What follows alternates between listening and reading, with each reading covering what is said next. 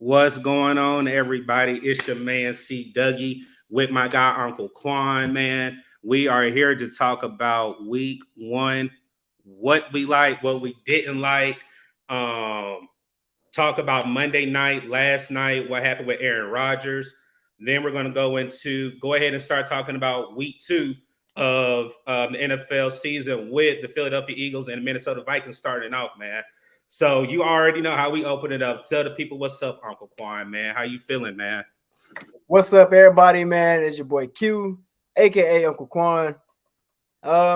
Shit, man. After week one, it's a lot of games that was really just it threw me off, especially with the Bucks and the Vikes, man. But we're gonna get into it. But feel good to have football back, Doug. I will say that, man. We've been talking about this shit all off season, and man, I'm just happy that it's here, man. Yeah, most definitely, man. Like I said, I know my guy Uncle Quan, a couple of other YouTubers, Panthers content creators are out there in the city of Atlanta to start off the season with Carolina and Atlanta Falcons for our first game.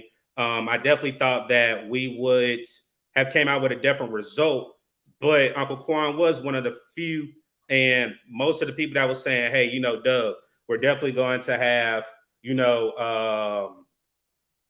What you call it, some aches and pains. We're gonna definitely, it's not gonna be easy like it should be. So for me, like I said, man, that Atlanta game kind of settled down my expectations for us, but it was also enlightening to see how this team can do what they can do when everything's clicking. We still were missing wide receivers. I still think Miles Sanders wasn't in game time shape. If I mean by that, the man really didn't play during the preseason. So our guy Uncle Quan was there. He already dropped the video on the Panthers Exprience. Go ahead and tell him what you saw, Uncle Quan, and I'll jump off after that with you, man. I saw a team that lacked preparedness and energy. Now, off the gate, we look good. We look fucking great, man. We marched down the field, we failed the 4th-and-1 conversion. But that drive alone was a great tone setter. If we could have came away with points, we're looking at a different ball game. But it just seemed like after that, the energy was drained completely. Like I told you earlier off the scenes or behind the scenes, I saw Dante Jackson go to the sideline cussing somebody out. Looked Yeah, like you told me that. so just seeing that is just I don't know, man. It was just something weird with the energy. But again, it's nothing that I didn't expect, man. It was just a lot of growing pains, a lot of mistakes made. It was a lot of flashes that we saw. There was some good things, but of course, the bad is always going to outshadow the good. You know what I mean? We came out and we lost, and we had a couple turnovers that resulted in a loss, man. So yeah, and me and Quan, like I said, Quan just said we talked throughout the whole week. Quan was asking me how did I feel. The closer he got, the closer he was getting excited and happy that it was game day basically. But I think throughout the game, it's not an excuse because we should have executed, but we had a lot of turnovers. You were 0-3 against turnovers. Yes, our defense looked good. Yes, we forced the ball out, but we didn't recover any fumbles. So with our rookie quarterback, even in Uncle Quan's title, Jesse Bates ate up Bryce Young. That if it was for Jesse Bates, I really think we would have probably won that game. That's the only person that caused turnovers. He had 2 interceptions and caused a forced fumble on Miles Sanders. Other than that, our defense set the tone from out the gate. Pay that man Brian Burns. I'm not calling him Brian Burns more, but I'm starting out with pay that man Brian Burns. Came out the gate, showed what he shows value to this team. And we set up a great drive for Bryce's first drive of the regular season. But then you go for 4th-and-1 and Chuba hit the wrong hole. Rather than taking the points, doing a confidence boost, we put ourselves in the hole where we could have went up already. What's going on, Coops? Your boys don't suck, man. Like I said, me and Quan gonna go ahead and open it up a little bit. Then we want people to go ahead and join the live with us, man. But for me, it was more of my expectations. I had them too high. And one thing that I told Quan behind the scenes, when you look at it, we ran a vanilla offense in the offseason, in the preseason. And you expected everything to gel. I expected everything to gel coming out the gate. It doesn't work that way. Because if people are running certain plays, we didn't run any particular plays throughout the offseason that we showed during the regular season. So it's like, what now? We're going into week 2. We're supposed to possibly get DJ Chark back, but then we took a step back with J.C. Horn. I already know Quan gonna cuss. I already know he gonna go in. I'm hoping he retains the madness of it. I had J.C. Horn behind me. I had to move him because of the new wall art, but I still believe in J.C. Horn, but it's definitely time to go ahead and draft somebody else. We did just bring in Lamar Jackson, not the quarterback, but Lamar Jackson, the cornerback from the that played with the Kansas City Chiefs and along with Evero down in Denver last year. So go ahead, man. I already see you smiling. I already know you're ready to go ahead and say it. So go ahead and say it, man. I'm looking at this comment. He said, I don't think Bryce is the answer, bro. He doesn't do anything at an elite level.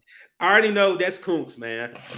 Koontz, whenever we open this floor, I need you to come up, man, because I already know who you're going to say, and I'm going to put you on mute because I already told you how I feel about Anthony Richardson.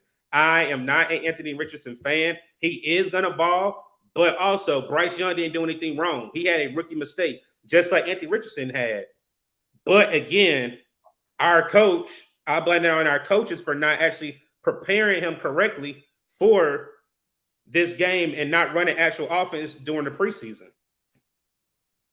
But go ahead, Quan.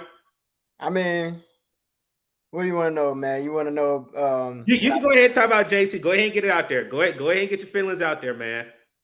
I mean, bro, I'm not gonna cuss the man out. I mean, can't nobody control injuries. That's the thing flex about it. You know what I mean? Right. At the end of the day, I know this man is more frustrated than we are as fans. Yeah. So prayers out to that man. For like all jokes aside, prayers out to that man. I hope he recovers. I hope his career continues and he's not passed around or nothing like that, man. I hope he is able to really recover and just ball out. But where I'm at with it from like a GM standpoint, it's time to move on, bro. It's just time to move on. I mean, the best availability is availability. We talk about that all the time. And just like CMC, I was at a point like, okay, well, when is it time for us to cut this thing off? Same thing with JC Horn now. I mean, JC Horn is in his third year now? It's his 3rd year.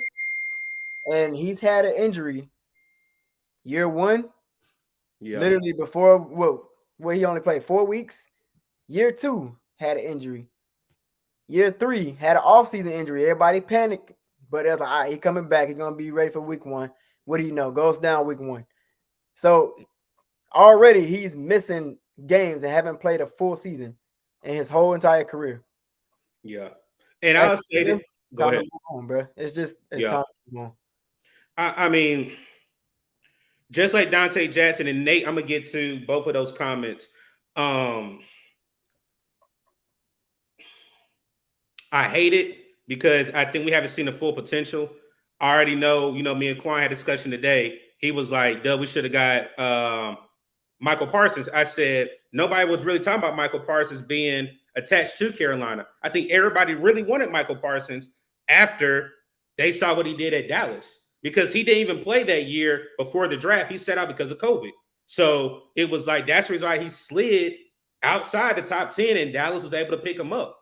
But we also had Patrick Surtain right there, which I know that conversation has been going on for years, not even this particular year, that we probably should have got Patrick Surtain rather than J.C. Horn. Like you said, the main thing with availability with him, he has that issue. And it is time for J.C. I mean, I feel bad. I don't even know how to say it. You can't help injuries. We saw what happened to Aaron Rodgers last night. I mean, I saw the video where the hamstring popped, where the Achilles popped. And it's just like, I know how people feel about turf and etc.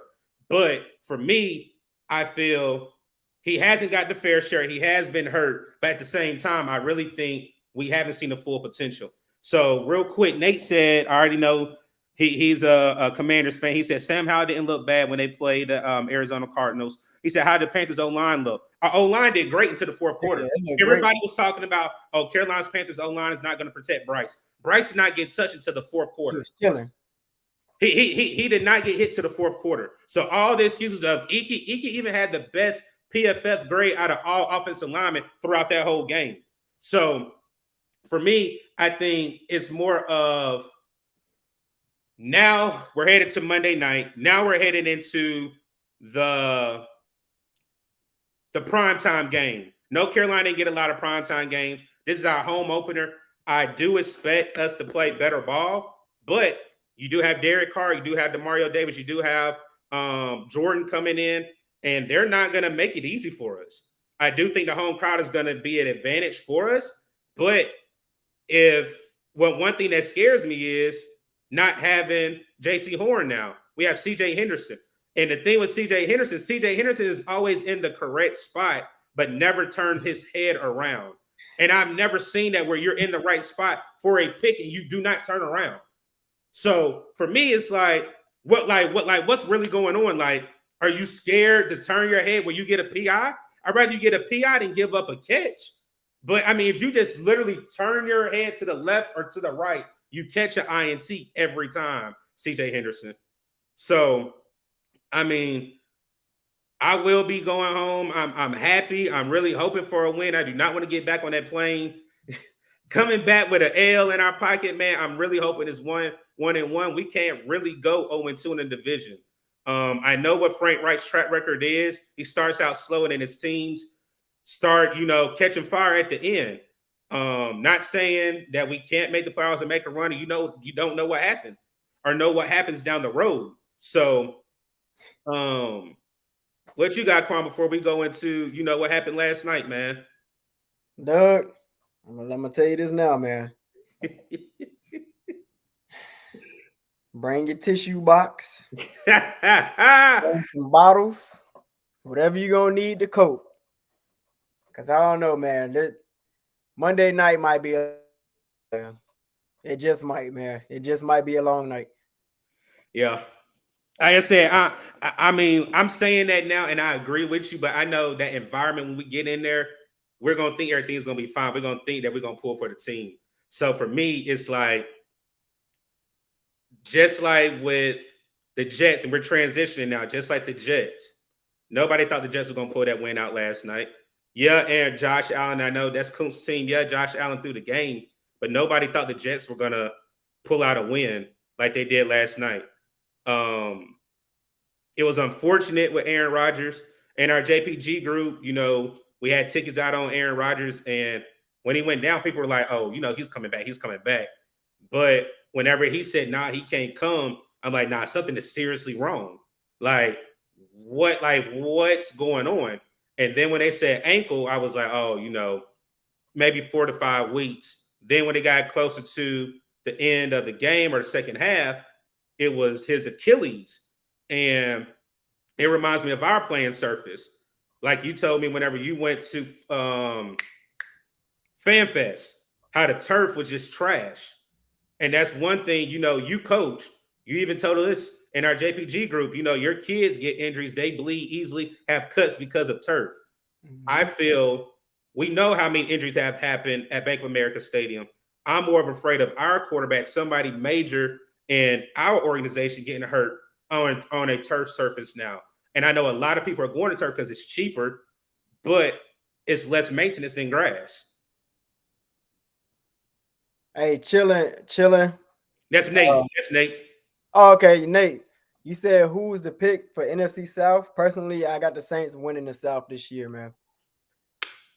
But I'll say, man, for this Monday night game, I say it's going to be a long night because Derek Carr is a veteran who understands exactly how to attack a defense. Yeah, he has his turnover issues. He has his inconsistencies, but we're struggling with our cornerback depth. And that's something we talked about on your show before. So that scares me. J.C. Horn out, and we're going against Chris Olave on the other side. Michael Thomas, who looks pretty dang on good last week. So how are we going to respond? I mean, can this pass rush get us out of some sticky situations? Are they going to key in on Burns after the film is being put out there on how to stop him? Burns disappeared in the second half because they adjusted to him. So film is out there on how to stop Burns. Is this pass rush going to get there? Are we going to be able to cover? is Bryce going to be protected? Because they're going to send the house. They got a better pass rush over there with the Saints. How is this game going to look? Are we going to be prepared for this? Are we going to bring them different looks? Are we going to get out that dang on pistol formation and do something else? You know what I mean? So what is this game really going to look like? And that's what's scaring me. It's the mystery behind the game. It's the lack of availability due to injuries.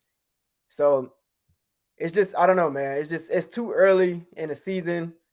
But this early in the season, man, we looking a little scary, man. Looking a little scary. Yeah. The pieces are just not put together yet. And I agree with you on that. Like you said, all the pieces aren't together. And again, that's how Frank Wright teams come. They start slow out the gate, and then they catch fire at the end. So I'm definitely agreeing with you on that. Yeah, we're gonna see, man. We're gonna see how this Monday night go. What's good, Bleezo? Bleezo said JC such a disappointment. Yeah, we all disappointed as Panthers fans, man. I'm hurt and disappointed, if that makes sense, man. So, Quan, like I said, how when you were sitting there watching the game last night and Aaron Rodgers went down, what was going in your head, or how did you see the game coming out? Honestly, man, I didn't think that would take away from the Jets defense. I knew the Jets defense was going to be a problem. Just like, I don't know, it was really just like at that moment, I was like, well, they about to look like last year. Defense looked crazy, but the offense is going to have some struggles. But having Breece Hall back, that helped their offense a lot. Breece Hall looked great out there. Dalvin Cook even looked pretty good. He had some flashes, man. But their run game is going to have to be their identity moving forward. That's just what it's gonna have to be. I know they're a passing team because they got A-Rod and they got those weapons on the perimeter, but use your run game, set up play action, just take it slow. That's what it's gonna have to be. But once I saw A-Rod go down, I was like, yeah, this is about to change the whole game. And at that moment, I thought maybe, maybe Zach Wilson was about to go off because he's been learning from A-Rod, but I don't know, man. He looks like the same Zach Wilson to me. So this morning, that was one of the main things I wanted to see was how, different analysts were thinking about the game. I know Mike Greenberg, who's a big Jets fan, works for ESPN. He was upset. He had the whole game there that's for Get Up at his house watching the game. But one person that stood out to me, which it shocked me that he said this, because when he was with another platform and another station, and Shannon Sharp said, I'll be calling Tom Brady. And when he said that, I was like, did this man just really say Tom Brady to the Jets? Like, it didn't make sense to me, but it kind of made me laugh because I was like, a lot of people said they're a quarterback away. And that locker room does not trust in Zach Wilson. But whenever Aaron Rodgers came over, Aaron Rodgers made that narrative change because he basically took him underneath his wing, just like Brett Favre did for Aaron Rodgers. When Brett Favre left, Aaron Rodgers took over. So for me, I'm not sure if they need to go get another quarterback. I did hear a couple of names where people are saying, get Matt Ryan out the booth. Carson Wentz is in North Dakota, all this and that. For me, I think, like you said, that run game looked dangerous. I don't think Breece Hall was actually in game shape as well, because there's no way he should have got tracked down. I think he ran out of gas. He literally ran out of gas just like a car. He really ran out of gas. So I think they definitely need to utilize that run game and not have so much pressure on the back of Zach Wilson. But that defense was definitely nasty on both sides. I'm with Kuntz. I really could not believe that Josh Allen really gave the game away like that. And we have our fantasy league, and people were like, in our group, they were like, Josh Allen just throwing the game away. Both of those picks where he tried, I don't know if he was trying to hit Stephon Diggs. I don't know what he was trying to do, but it was basically like a punt. And then whenever he basically fumbled the ball, or gave the Jets opportunity to score right before they had to go down and kick a field goal, I was just like, he hasn't learned anything. Like, I think one person was like, we need to start putting Josh Allen in the same category as Dak Prescott. He's good in the regular season, but can't do anything in the playoffs, or his defense carries him. And, Josh Allen's supposed to be this top 5 quarterback, but he's not playing like it. I know Joe Burrow didn't do what he was supposed to do week 1, but Joe Burrow's been to a Super Bowl, and Joe Burrow has beat Josh Allen. So for me, I think Josh Allen has not learned anything from his past mistakes of last year. Yeah, man. Josh Allen is definitely like the AFC version of Dak Prescott, man. And the thing with them, they can have some good games, and then they can have some bad games. They can turn the ball over a lot, even when they have good games, man. So, yeah, it's just inconsistent, man. That's why Josh Allen reminds me, and I can't stand that I'm bringing his name up. He reminds me too much of Cam Newton, bro. Just his style of play. He don't slide. He just runs unnecessary hits. Like, just get down to get out of bounds. You know what I mean? And showing off and just checking it down the field, making bad reads here and there, but then making, flashy plays here and there. It's just all up and down. It's all kind of a roller coaster of emotions with Josh Allen. But yeah, it's just he's inconsistent, man. He's inconsistent. So that comparison with Dak Prescott is like spot on. So and we can come back to this later in the season, but if I ask you right now, it's a 2-parter. First, do the New York Jets make the playoffs this year? Well, I want to see what moves they make at this quarterback. Are they going to sign a quarterback, or if they rolling with Zach Wilson? I say, nah. I say they miss it, man. They miss it again. So then that goes into my second part. If you said yes, I was going to ask you, do you still see them possibly winning the AFC East? But you said they're not going to make the playoffs. So no, I don't see that's that right there. With the Bills, so I'm gonna flip it with the Bills. Stephon Diggs with the whole up and down that Diggs and Josh Allen are not getting along. Their chemistry was still there. You seen Diggs go over whenever Josh Allen, from the ball, he was like, "You're better than that." He was like, "Get your head back in the game."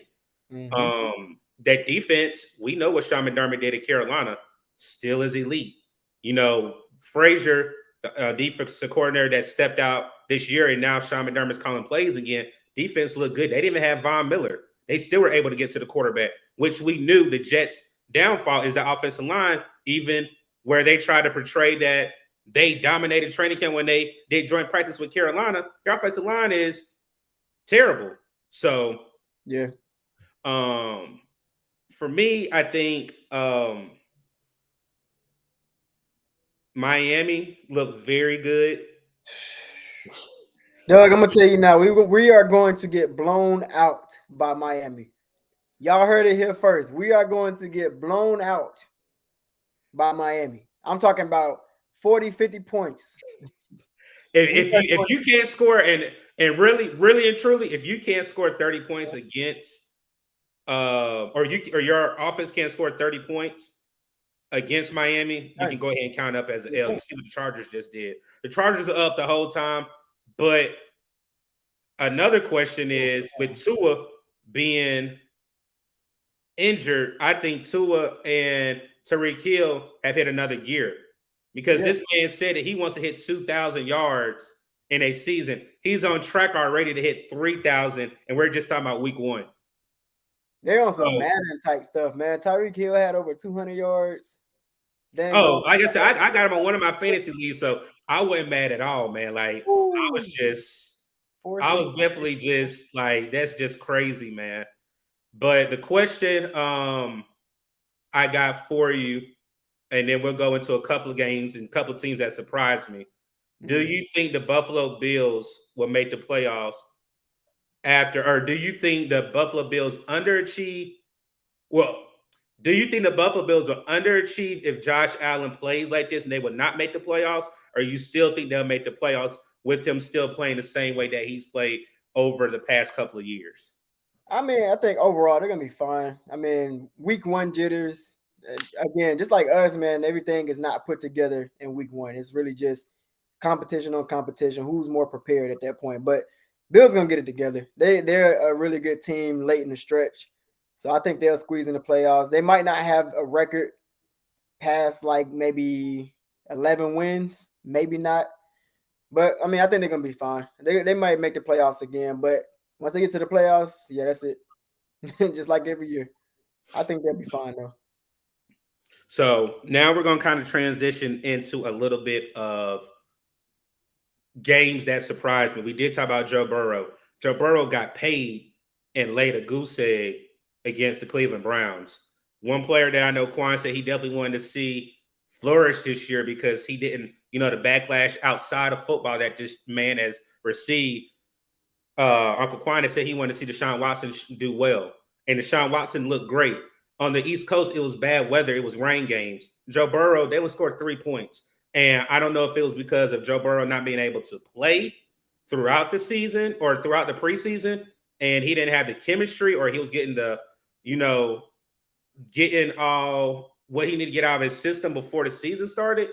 But he did not look good at all. He did not look good at all. And another quarterback in the AFC North was Lamar Jackson. One of our JPG members, DZ, is a Baltimore Ravens fan. Me and him talked Sunday. I have Lamar as my quarterback for fantasy. Lamar did not look good at all. He was very easy with the ball, was not taking care of the ball, indecisive with throws. It just seemed that he wasn't in full game mode, where again, it is week 1 and we might be overreacting, but at the same time, we're thinking, this is what you guys are displaying. Hold on real quick. What's going on, Demetrius, man? Yo.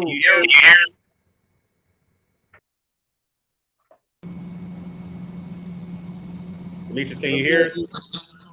I hear you now. Yes, sir, man. So we got our special guest here, man. We got my guy Demetrius from Panther Prime Podcast. My guy hit me up whenever I was out in Alabama taking care of Mama Dukes. And we were just saying, he was like, hey, Doug, we should do something together. And he's always been a supporter of me and Uncle Quan. So I'm so glad that this man pulled up on us. Demetrius, just tell us a little bit about you, and then we're going to get your thoughts on the game this past Sunday, and we're going to catch you up with what we're going through right now, man. Okay, yeah, absolutely, man. So, hey, man, so I'm, how old am I? I'm 36 years old, from Miami, Florida, man. Been a Panther fan since I moved from Miami up to Charleston, South Carolina. My uncle, Kenneth, who's actually going to be at the game on Monday, was a Carolina Panther fan, and, he, I wouldn't say forced me, but living in his house, you couldn't be a Miami Dolphins fan. So, that's the year that we went to the Super Bowl, and from that point, man, I just, just started loving the Carolina Panthers, man, and started my podcast earlier this year, and it's been going pretty good, man. So, yeah, that's a little bit right there, man. Yeah, like I said, he didn't say something that I'm gonna put out. He's a minister, just like my dad, and me and him talked whenever I was at my house.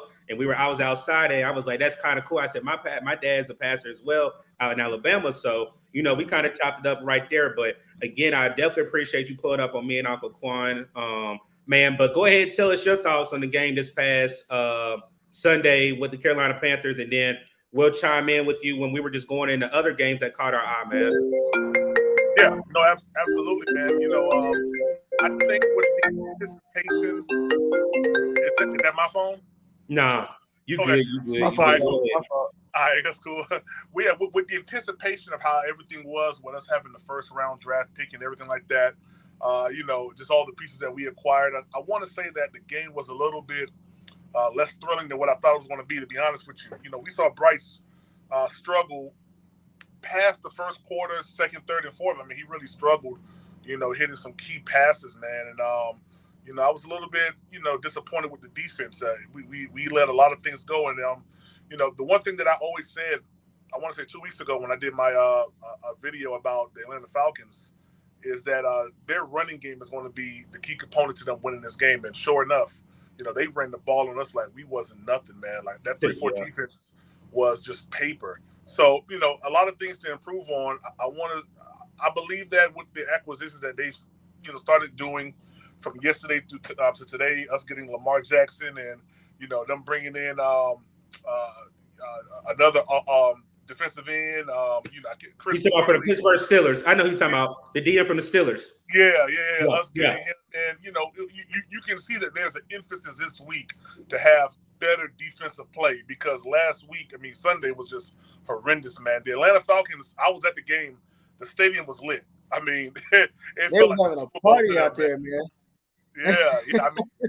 It was on fire out there, man. And the one thing I liked about Bryce was, even after that first turnover, man, he came back, drove us down the field.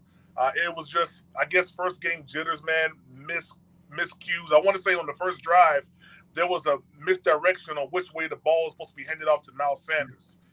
He's smart, so he was able to kind of figure it out quick. I think he went to the right and had to turn all the way around and give it to him on the left-hand side. So there's a lot of things that Bryce is still learning right now, man. A lot of, the different formations, I guess, or just how the ball's supposed to be handed off. And, we had 2 balls that were thrown behind Hayden Hurst. That right there, that can't happen. So I would give this game a D+, C-, only because, the anticipation of it was, it didn't follow through with how the anticipation was.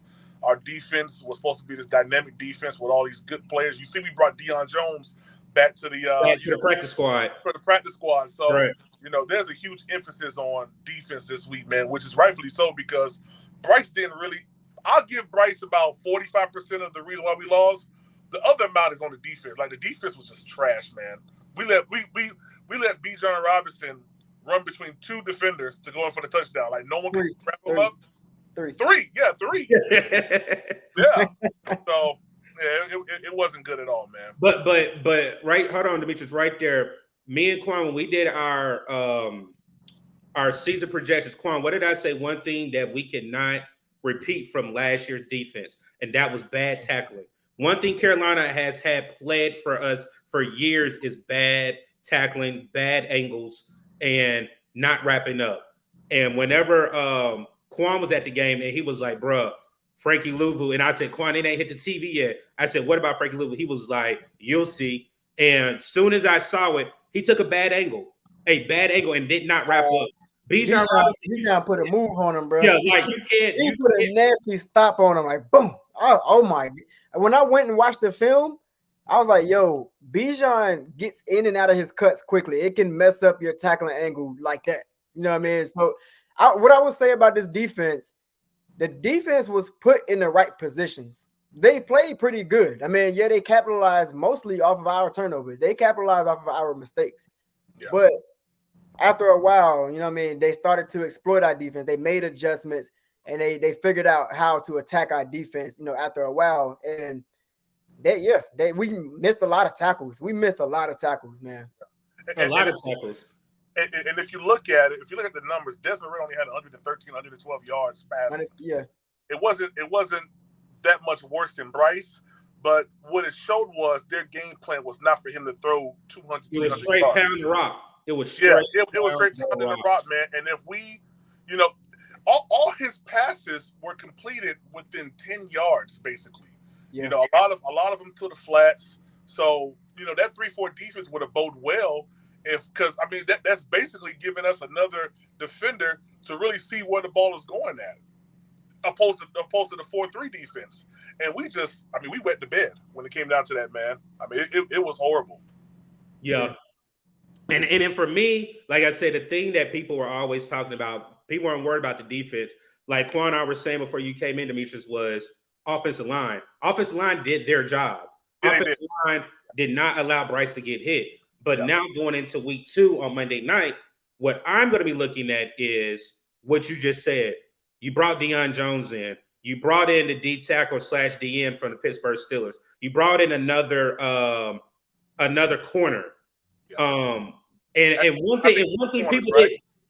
Yeah, 2. We did. We brought one in today, and then we brought another one in before. But also, I'm surprised nobody's talking about the rookie out of San Francisco that we got off of waivers, because Steve Wilks is very high on him. And Steve Wilks even came after we signed him and stated that we got a steal. He didn't want the young man to go and get cut because he knew what potential he had. Not saying he's going to come in and produce, but we need production for a small bit of time of what playing time that you get.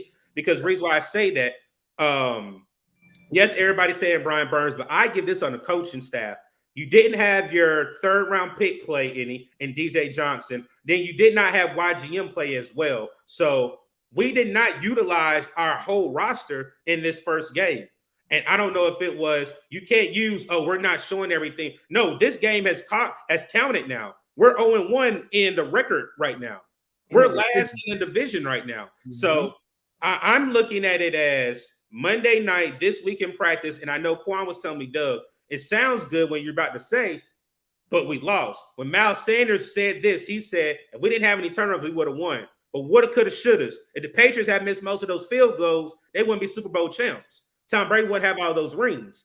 So woulda, shoulda, couldas can only do you so much. You have to show production on the field. You have to produce on the field. Yeah. No, absolutely. And I think that's key right now. We're past preseason now. We're past OT, past training camp. Now is the time where we need to see those dynamic passes that you said, or those dynamic plays that you said we were shielding for the regular season. I mean, do those plays only predominantly, run when DJ Chark is on the field? Is that what it is? Because if that's the case, that was a horrible plan. Not understanding his health and his health history. Also, when it came down to the health history of J.C. Horn, I feel like the Carolina Panthers went to bed, especially in this area, of not getting more corner depth. Like that's something I was beating the whole offseason. Like beating the drum. We were beating that drum all offseason about that. Yeah, man. Yeah, because if anything, history tells you what you need to prepare for going forward. And history tells us that J.C. Horn, he's good when he's healthy, but he just doesn't have a lot of availability.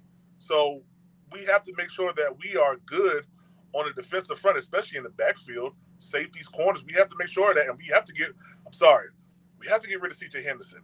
Like, if at this point he doesn't realize that he needs to at least get his head turned around, man, you missed it when I told Quan this. It's crazy. Mm-hmm. And like I said, when I was at college, I worked with DBs. I've never known a DB to be in the perfect position where you turn your head and the ball, if you just turn, you catch an interception. You do not turn your head at all. Yeah. And every time, whenever you want to, a wide receiver, running back, whoever, a tight end is catching the ball. He's in perfect position, but it's like he just cannot trust him to turn left or right. And it kills me. It kills me, man. Yeah. I mean, it was just a poor display on defense, man, when it came to that play.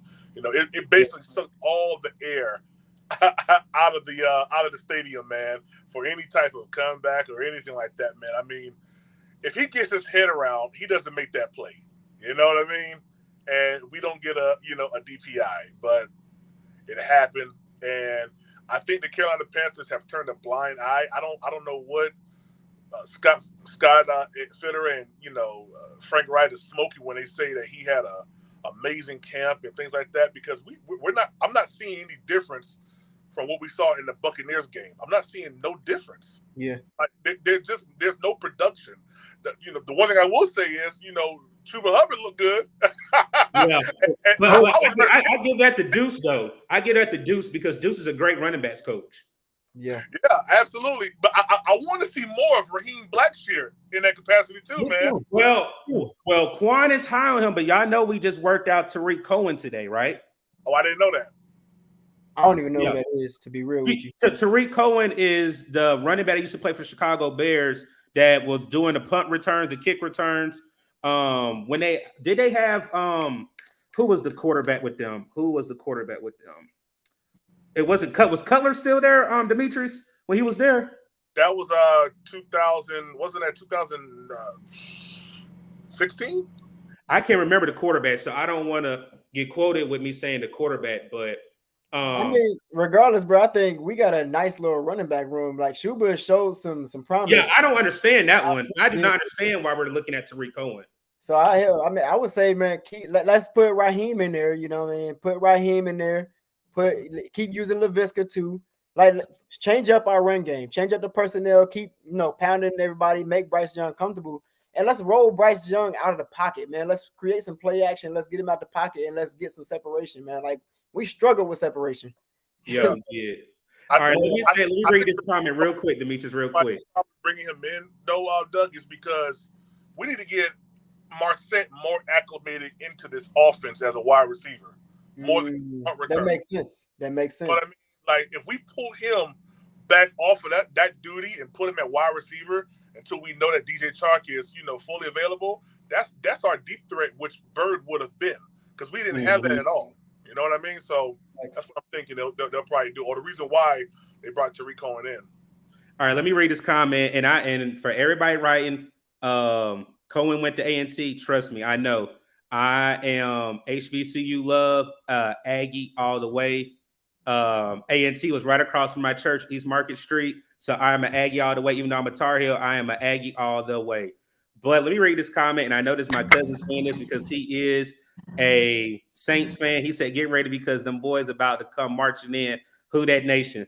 Me and my cousin actually are going to be at December 10th game whenever they play New Orleans. So I'm going to see how we play now to the end of the season in December 10th.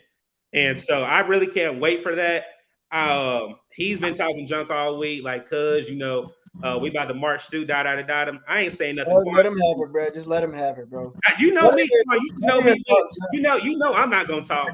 But let that result come out a different way. You already know what time it is. You know what time it is. So I think it's gonna be a long day. Don't Quan. We sitting beside each other. You can't say that. That pass defense, bro. I'm nervous, bro. We got CJ. If CJ Henderson, CJ Henderson. If he's the 2 cornerback, bro. Well, I'll say this. The reason why, but I will say this. Look at Troy Hill. You saw what Troy Hill did in a little bit of a sample size that he did. He knew how to wrap up Bijan Robinson. That was number 1 for me. And whenever he was in coverage, he looked well. I'm not saying that, again, we have to look at things in sample size. And what I mean by sample size is it's do your job and only do your job. You have one job. Like I'll say this, but Quan, if you, me, and Demetrius are on an assembly line, you're the one that's at the front. I'm the one in the middle. And we know we have to get everything at the end of the line and give it to Demetrius to pack up. Do your job. You have one job. Do your job. Don't worry about anything else. And I know it's easier than said, but do your job. I think we will be fine. I'm not going to put a CJ Henderson to do his job there. I didn't say CJ. You missed the name that I said. I didn't say CJ. I said Troy Hill. Hey, if he can cover Michael Thomas or Olave, I love it. But Michael Thomas wasn't even showing out. It was Olave and it was another receiver that they have. Yeah. Michael Thomas didn't even do nothing like that this past weekend. I mean, he had 60? 6%. But the other receiver that I think he's a rookie or a two-time wide receiver with them, he showed out more. So for me, that's 3 guys we got to worry about. Sound like okay. So Quan, I will give you this. Yeah. Look at what? Yes, somebody just said it. Shaheed, yes, Blaze, that is his name. Shaheed Rashid, yes, that's who showed out. But I will say this: if we apply pressure, what can the quarterback do? I'm not saying Derek Carr is Desmond Ridder, but when we apply that pressure, what happened, Quan? Hey, we're gonna have to get to him. But Quan, think about it, because what do we say when it comes to cornerbacks? Who helps cornerbacks? Defensive line. Who helps defensive line? Cornerbacks. So they have to coincide each other. And I think our defensive coaches have to do a better job of playing personnel. Again, that's where the problem happened. You did not play DJ Johnson. You did not play YGM. You did not play your favorite in Burno. Burno should have been playing. Burno showed flashes during the preseason that he deserves to get some clock. So I understand we got Justin Houston. Not saying Justin Houston is sorry, but at the same time, I saw no rotation in defensive ends in a 3-4. In a 3-4, you have some type of rotation in your defensive front. Yeah. We had no rotation. It was the same 5. You had three D tackles or D ends and the same 2 D ends every single snap. Yeah. And that cannot happen on Monday night. Yeah, we're gonna have to use. You got a good point, man. We got to use our personnel, man. We got to rotate them in and keep them fresh legs, man. So that way we can really just get to them, because that's really gonna have to be the game plan. We're gonna have to get to Derek Carr, bro. Because if Derek Carr got all night, He's gonna pick us apart, bro. Yeah. I mean, He's gonna pick us apart. that's actually what the Falcons did. The Falcons had 2 sets of D lines. You know, and Say it again, Demetrius. Repeat that for me. Yeah. The Falcons had 2 sets of D linemen. You saw that whenever they were coming out. Yes. Yeah. They had 2 sets. They was rotating them in, rotating them out, man. And I think that's important, especially you know for the different packages that we have. If we're going to run this 3-4, this 3-4 is you got to be aggressive. You just got to be aggressive. You don't have 4 men coming at you, you know, like you do in a 4-3. 3-4 defense, you got more eyes looking at the ball for the pass. But as far as getting pressure, you have to make sure that those three down linemen or those 3 defensive backs can get back there. And if they can't get back there, we got a problem. If we have trash corners or trash safeties, we have a problem. So I'm looking for a mixture this week right here. I didn't really see a mixture of anything this week on defense. I'm gonna be honest with you. It was like, let's try to get at them, and if we can, we can. But I think the one thing that the Falcons did do was they second quarter or second half, they changed their whole scheme up. They wasn't sending Ritter back, to throw the ball deep like they did the first half. They were scheming away from Brian Burns. So they made adjustments. We didn't see no adjustments on our side. The only adjustment we made was we used either Miles Sanders or Chuba Hubbard. That's the only adjustment we did. We didn't change up anything. And I think that was a disservice to all of the practicing that we saw, all the anticipation that we saw, in training camp and, everything. It still was a vanilla offense. Everything was still vanilla, in my opinion. Everything was still with less home offense. It looks like you said, Barno showed he needs to have playing time. YGM needs to be out there. Rotate these guys in, man. Like, I love Justin Houston. I do. 9.5 sacks last year. That's good. But, this is a collective thing, man. And if we're going to be successful, we have to do that because at the same token, they still need reps as well. Barno needs reps. YGM needs reps. DJ Johnson definitely needs reps. Right. He needs reps. So, I mean, yeah. I mean, they put Bijan out there. He scored his first touchdown first game. Right. He scored before Bryce. So I mean, exactly, man. So we'll see. So I'm gonna ask you this: with outside of Carolina, what was another game or another team that really surprised you this past weekend? It doesn't have to be Sunday. It could be Monday night, Sunday night football, even back to Thursday night with the Detroit Lions and Kansas City Chiefs playing. Well, I mean, definitely that game was, highlighted game. The Lions defensive line with that, I can't remember what that dude name is with an H, but Rodgers. Yeah, I mean, he's phenomenal, man. I mean, he's going to be a problem when we have to play them week 5. I'm going to be honest with you.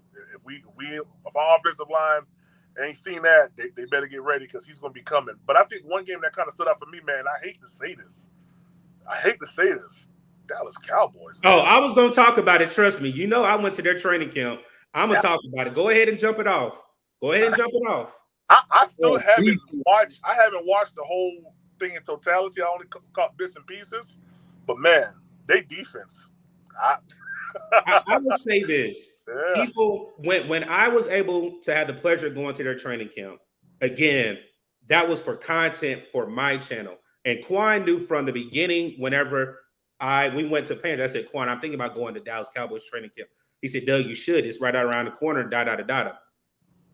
Just from what I saw and how vicious their defense is, and then you added Stephon Gilmore to go on the other side of Diggs, and then Michael Parsons is coming into, is this his third year? And you had Dexter Lawrence being healthy, and they still were able to get draft picks to help that D-line. I know a lot of people were questioning the D, I think he's a DN or D tackle from Michigan. It surprised me how dominant it was against their offense, and I saw it first game. I didn't think no freaking Johnson's going to lose 40-0. Not 40-0.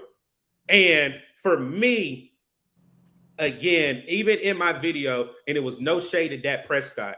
Dak Prescott in the media is the weakest link, but it goes in hand with his coordinator. Everybody knows what Mike McCarthy does is calling plays. He really didn't have to do anything in New York. Their special teams showed up and their defense showed up. Then also, I was telling people in the video, they're not going to miss anything with Ezekiel Elliott. They have a three-headed monster back there. Now, I know everybody's thinking Deuce Vaughn. Tony Pollard looked great. I saw that firsthand here about a month ago. Tony Pollard looked great. And I can't wait to actually go see it. I will be going to the Thanksgiving game when they play the Commanders. I'm already thinking about going for more content and just engage in a different fan base when the Patriots come, because that's what it is about, engaging with different communities and different fan bases. But I was really just blown away. Like 40-0, it blew me away. It really blew me away. And to me, that even put a thorn in my side, because we played the Giants in the preseason. And the Giants looked way better than what they showed.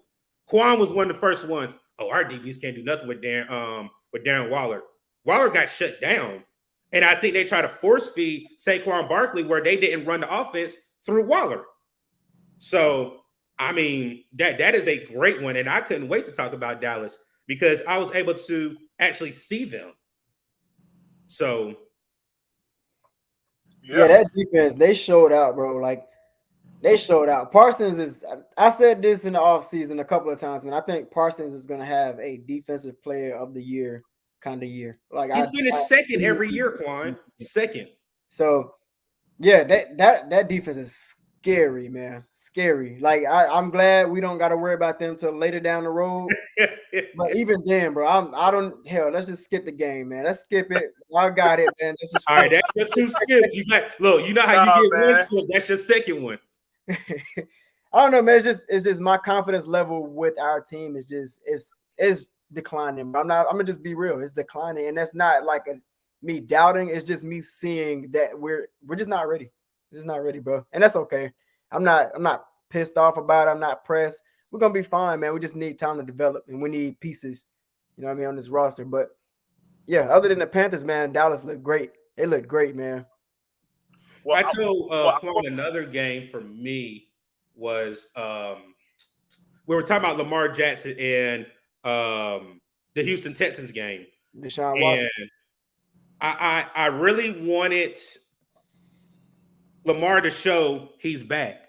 And I dropped the link again. If anybody wants to come in and chop it up with us, and Demetrius from PPP, definitely hit the link. We'll definitely love for anybody to come up. If you have not done so, subscribe to not my channel, but Panthers Prime Podcast and the Panthers Exprience with Uncle Quan, man. I definitely appreciate Demetrius coming up with us, man. And I definitely appreciate my guy, Uncle Quan. You know, me and him talk all the time behind the scenes. I just love, he'd be like, Doug, I'll be there. I'll be there, Doug. Anything you need. So I definitely appreciate both of these gentlemen coming up. But I would have thought Lamar would have showed a better showing, because everybody was already doubting him coming in to the season, where, you know, he was thinking about sitting out. He wasn't going to, you know, play for the season. And you basically had a lackluster game. If you look at the score, you think, oh, Baltimore really just had control of the game. No. D'Amico Ryans has that Houston Texas defense ready. And that's another defense Quan is saying, you know, Dallas defense did this or that. D'Amico Ryans is known for that defense. And I think that defense for the Houston Texans is going to come show up whenever they do come to Charlotte. So that was another game for me, outside of, you know, like I said, Joe Burrow didn't show up. It was a lot of games, man. But even I would say the Philadelphia Eagles, I know my mom is going to get me. She's like, I know you're not dishing. I'm just saying the Eagles didn't even look good. Jalen Hurts didn't look good to me. So, again, it's week 1, but we have a long season. But most of these teams should be ahead of what they're showing right now. Yeah. But, you know, week 1 is normally a hard week. Right. Because you don't got much tape. Like, for the Atlanta Falcons game, all we had was a series and a half of watching the Bengals and the Falcons preseason game, which showed enough. It showed that Desmond Ridder was not going to pass crazy, but it did show also that they was going to run the ball. Like, they ran the ball, I think, 9 times, you know, and they did like this play action with a crosser, you know, with Kyle Pitts or, you know, the other wide receiver.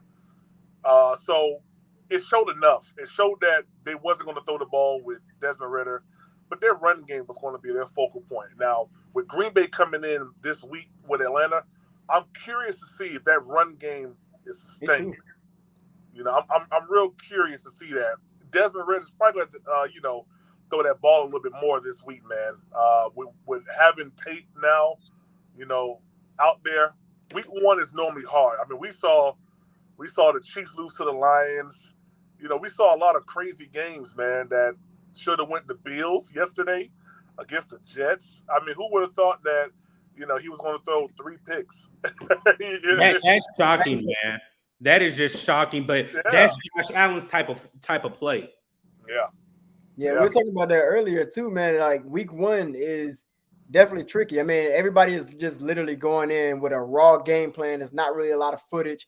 So it's straight up. This is week 1 jitters. A lot of people going to make mistakes. And this is not everybody's true identity on offense or defense. So it's just really head up, first game, go out there and play and just put it all on the film. So, yeah, week 1 was definitely a lot of surprises, a lot of ups and downs.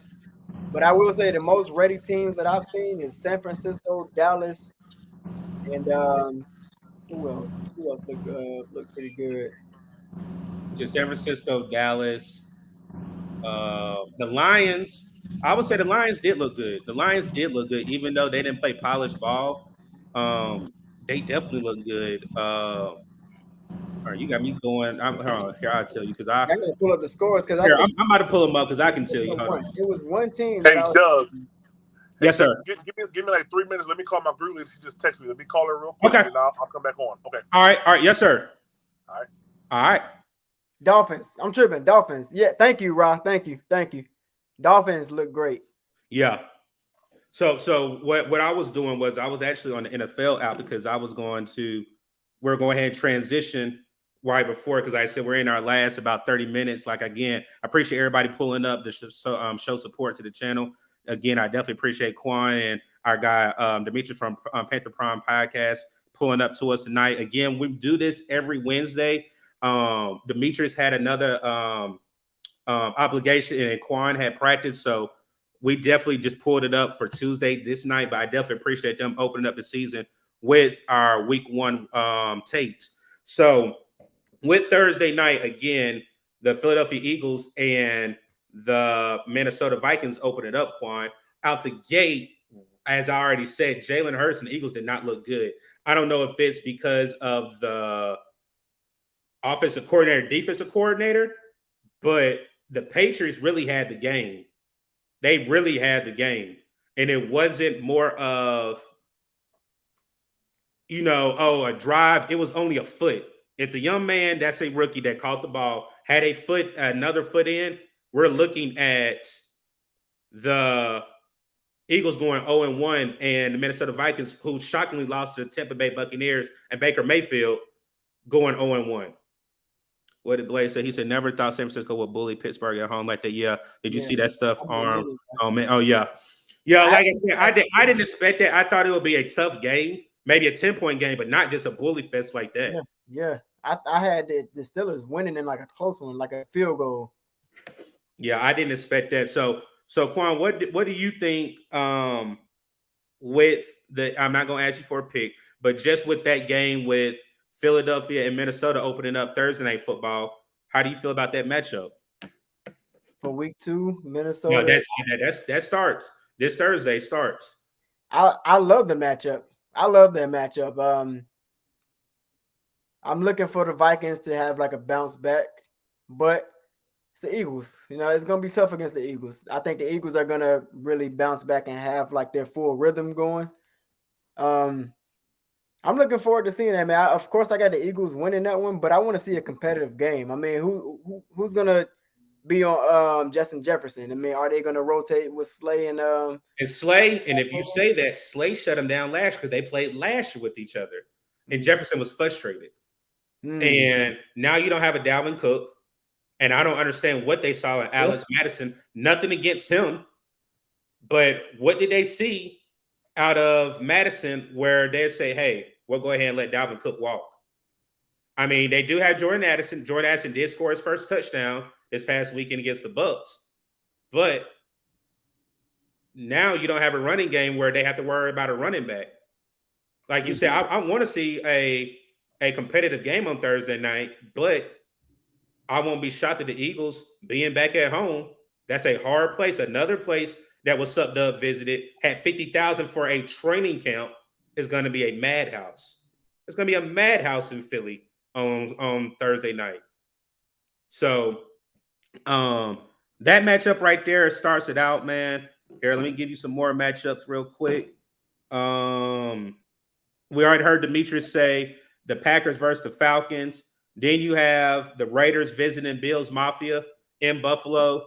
You have the Ravens and the Bengals. We'll talk about that one. Two quarterbacks that got paid this offseason and did not play.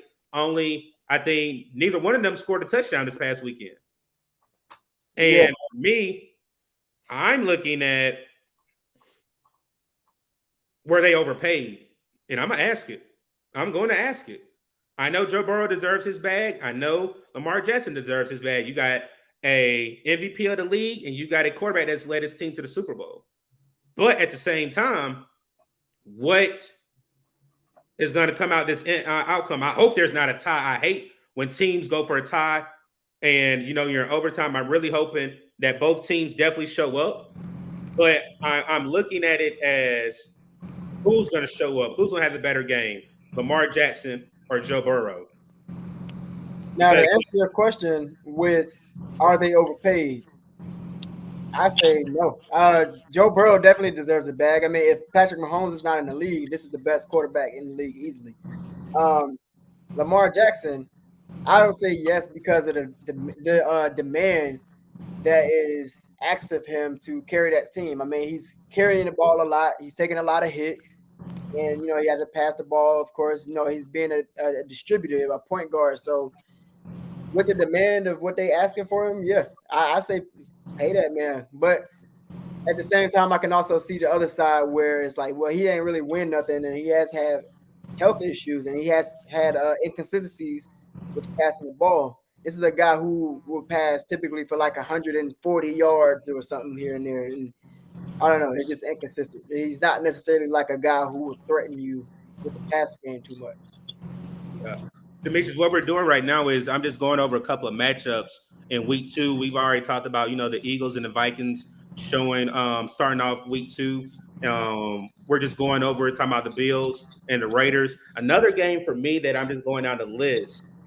I want to know if Detroit is going to be on a high when the Seattle Seahawks visiting them on Sunday.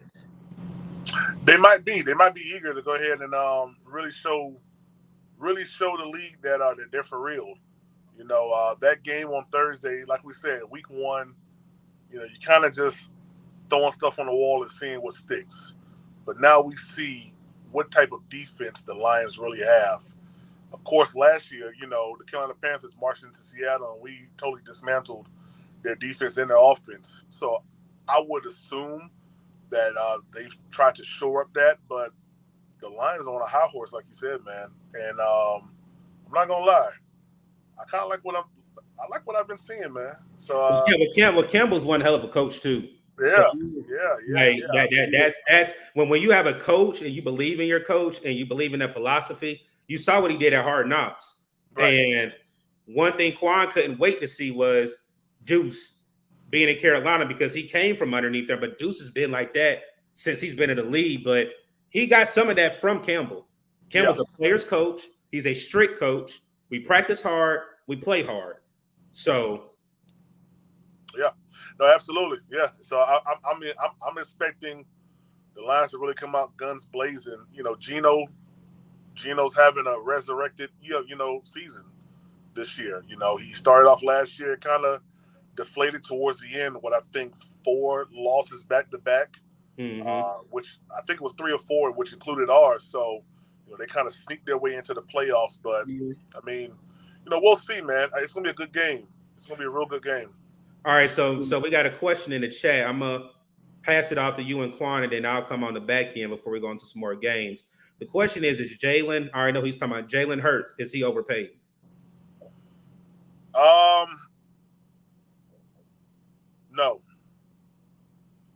No, I don't think so. I think when you look at the caliber of play he gave last year, I think it was warranted the amount that he got. I mean, what was his contract? What did he get this year? I'll look it up. Go ahead, keep talking. I got you. Yeah, I mean, I think when you hit that stage, because ultimately that's the stage that everybody wants to get to. All right, here it is, real quick. So Jalen Hurts signed a 5-year contract extension worth $255 million. The contract included just over $110 million in fully guaranteed and $179 million guaranteed in the event of an injury. Yeah, I mean, if you're betting on Jalen Hurts bringing you back to that same place, you know, like they did last year, I think you pay the man, give him the confidence that, hey, you know, we're fully behind you. You know, we're going to give you 5 years, that amount of money, that amount guaranteed. And they've elevated their defense last year. I mean, they basically got all of Georgia players, you know, on their defense right now. So, I mean, they're looking to make some things happen next year. And I don't think that he's overpaid. You know, for me personally, you know, I want to see quarterbacks, you know, that are good, you know, especially African-American quarterbacks, really get the bag. You know what I mean? And really excel in this league, man. You know, it's time. You know, it's time to show that, you know, you guys can do it. You know, we've seen Cam Newton come in and go to the Super Bowl. Remember, Cam Newton only got one contract his whole career. Mm-hmm. You know, and I believe Cam could have gotten us back to that place. So, am I mad about him getting that bag? Heck no. I think he should have gotten that bag. I don't think he's overpaid. I couldn't agree more with your points, man. I mean, that was spot on. Jalen Hurts, I mean, he brought him to the Super Bowl. Dang near won the Super Bowl. I mean, but unfortunately, you got Patrick Mahomes. Yeah. So, yeah. What can you do? I mean, that game was very entertaining and competitive.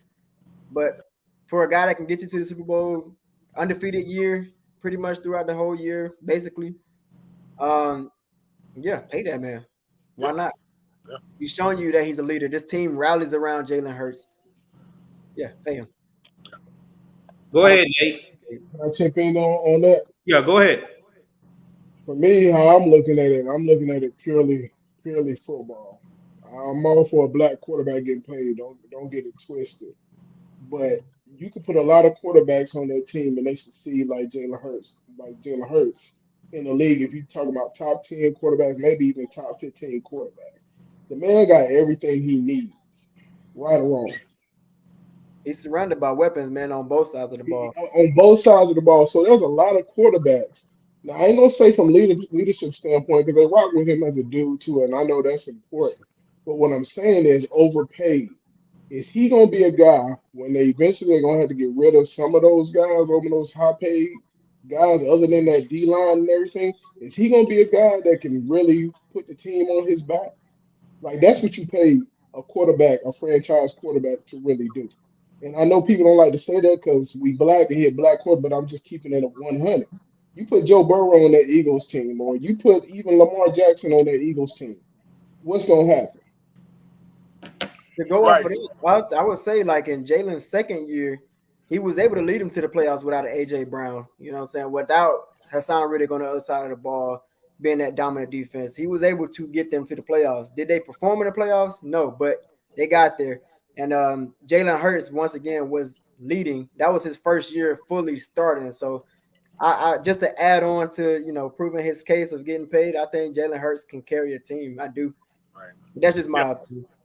Yeah, I mean, absolutely. And here's the thing about it, man. When we talk about productivity, we go off of what have you done for me lately.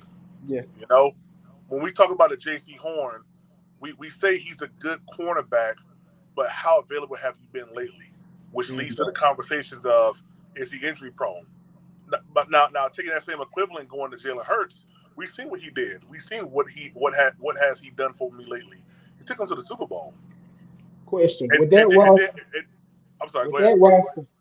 roster, if he don't make it back to the NFC Championship with that roster, what would you say then? He's a good quarterback. Don't get it twisted. Are you going? Well, hold on, Nate. Let me ask you this: are you blaming it on the defense showing up and him not showing up when you ask that question? Because you're saying, what I'm saying is he's very protected. He's good, but he has everything. Every quarterback in the league wish they had what Jalen Hurts had.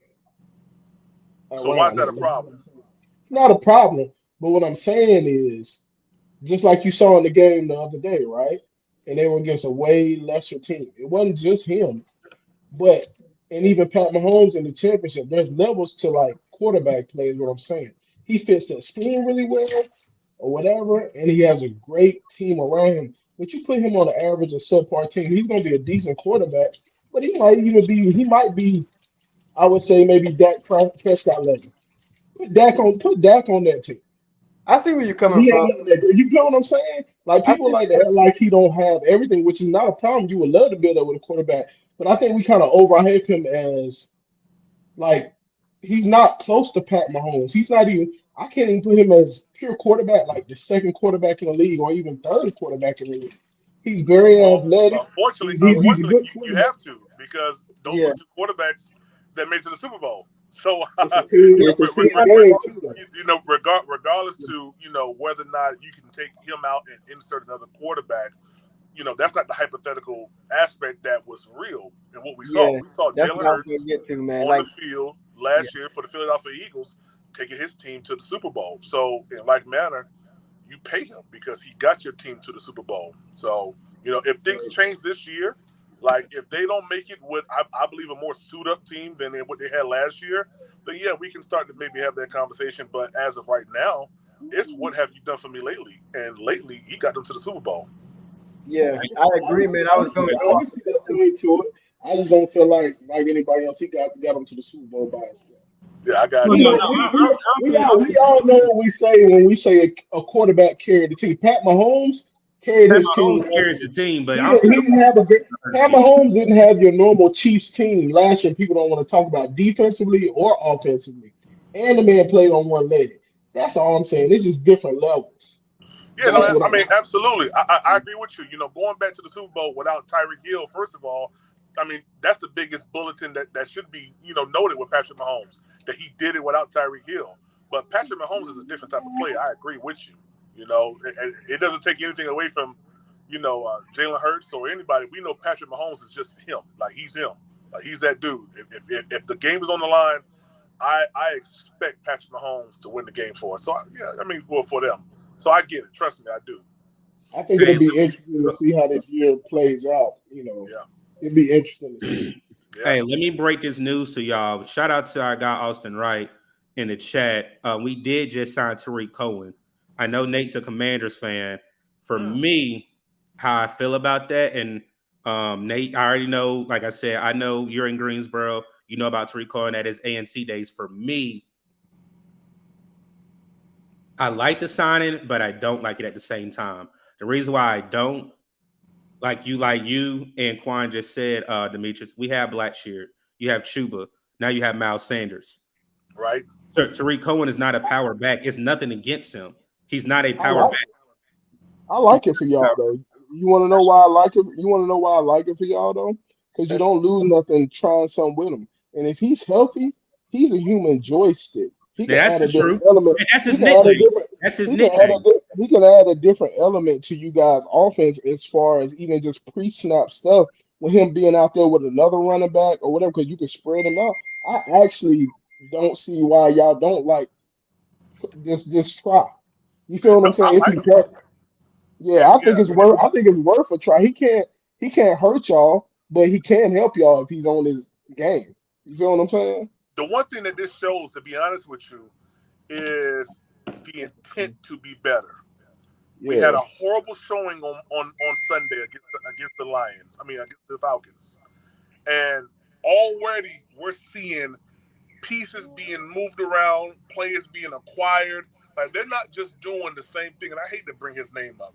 We're not in the Matt Rule era anymore. You know what I mean? Or the Marty Herney. One, You better say Marty Herney too, because he's over there with them Commanders. Marty exactly, Herney. exactly, man. Like, Hey, we're not I in that know it. era I see anymore, it. which I like because we're seeing that they are cognitive about what's going on. They're just not like, oh, let's coach them up even more. Nah, if these players right here, aren't getting the job done, we're going to bring in some more players that we're going to coach up, and we're going to get them right, and we're going to be competitive, man, because that's what's needed. Like, we got an all-star coaching staff, but we got a subpar team. So I think that this shows that they're really trying to, even the playing field when it comes down to the coaching staff and to the players that are on the field, that everybody looks good. And if healthy, there's nobody else on your running back roster that can add the dimension that he can add to y'all team.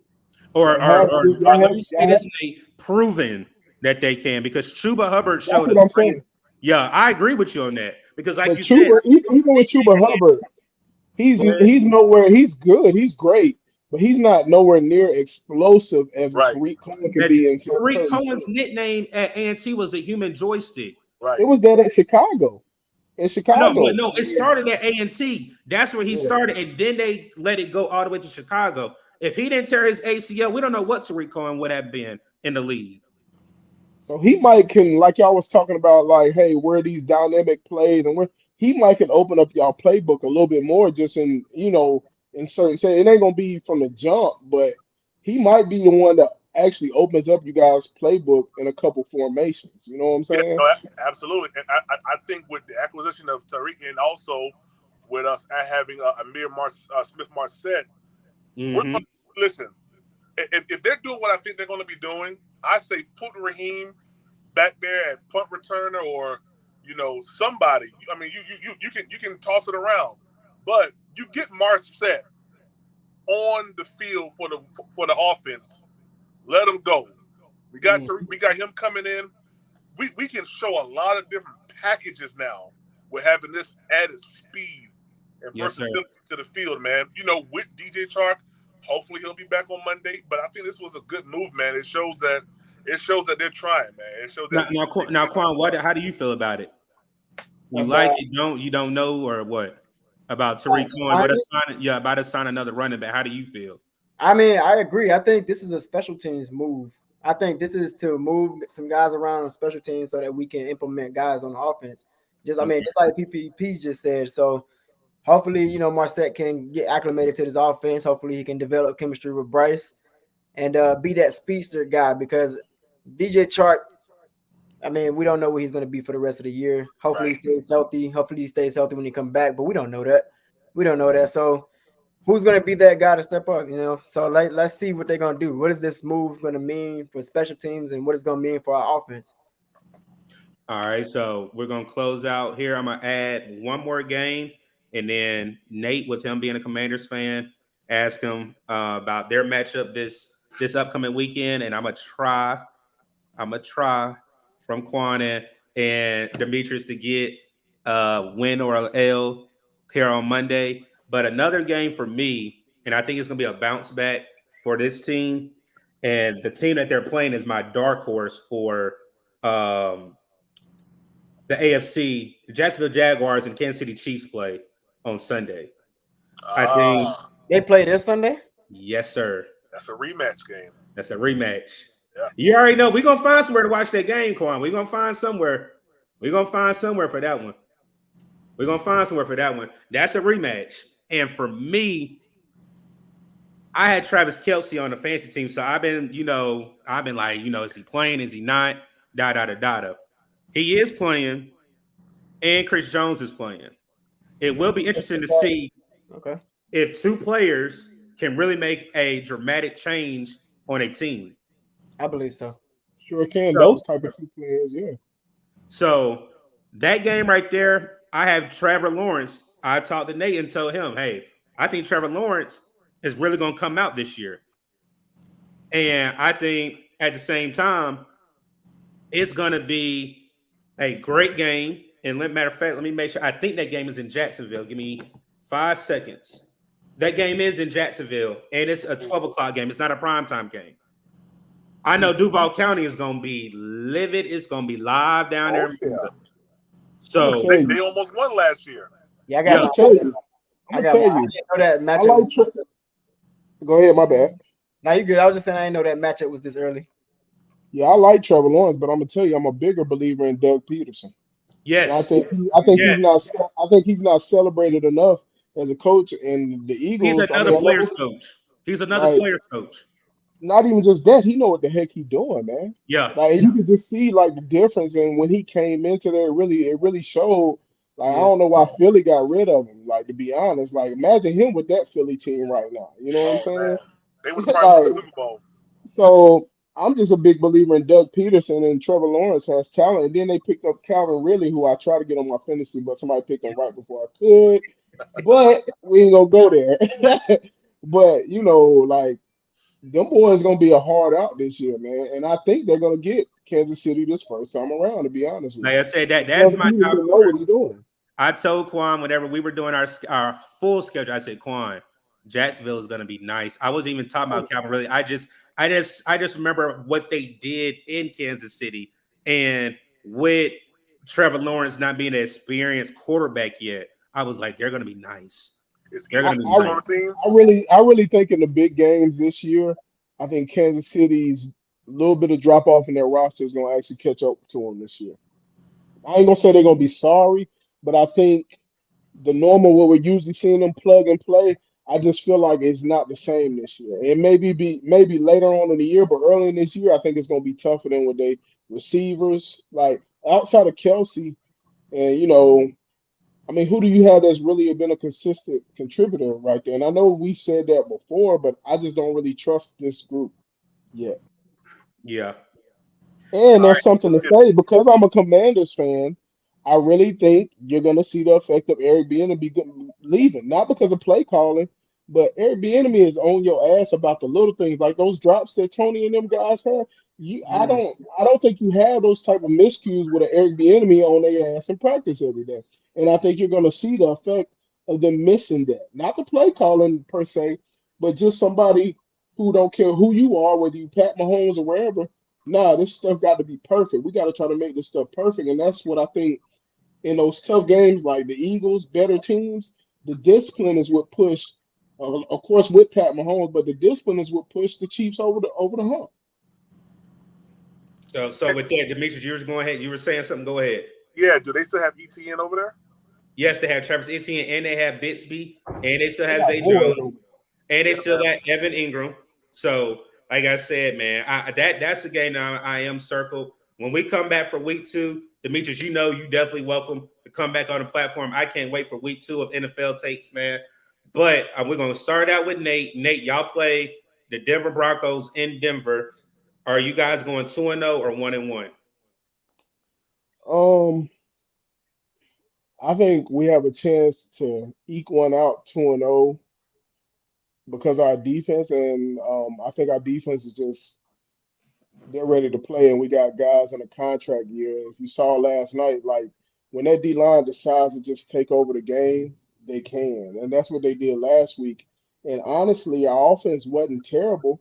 We just had turnovers in the red zone about 3 times. We should have had 3 more scores. Even with Sam Howell having the fumble or whatever, it still should have been a blowout. You know what I'm saying? And the one thing that's been said about Sam Howell, which I watch, he don't make the same mistake twice too many times.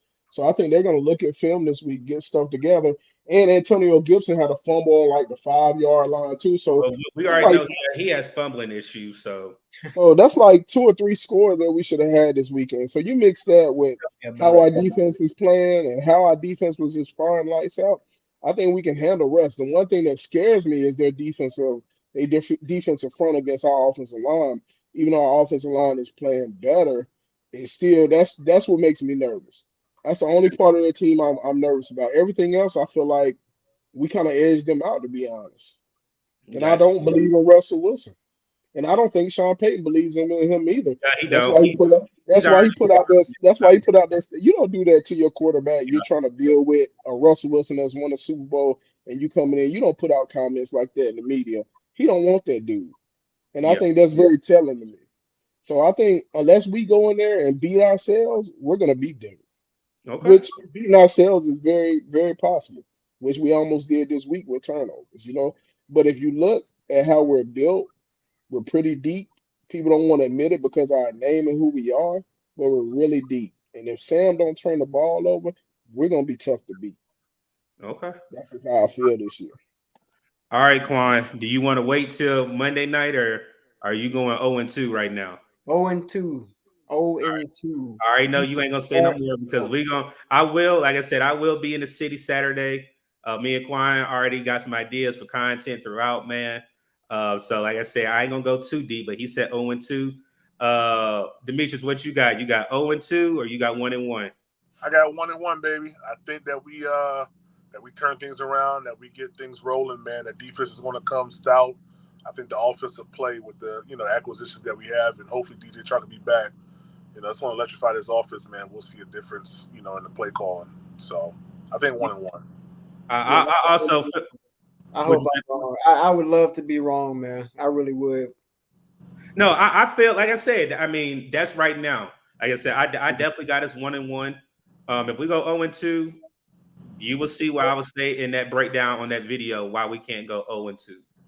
But again, man, I definitely appreciate Nate pulling up. But I want to thank Demetrius from PPP for definitely joining us tonight, man. I definitely appreciate you, man. I already know you working. I like I said, it was a long time coming. Like I said, we've been emailing, talking behind the scenes.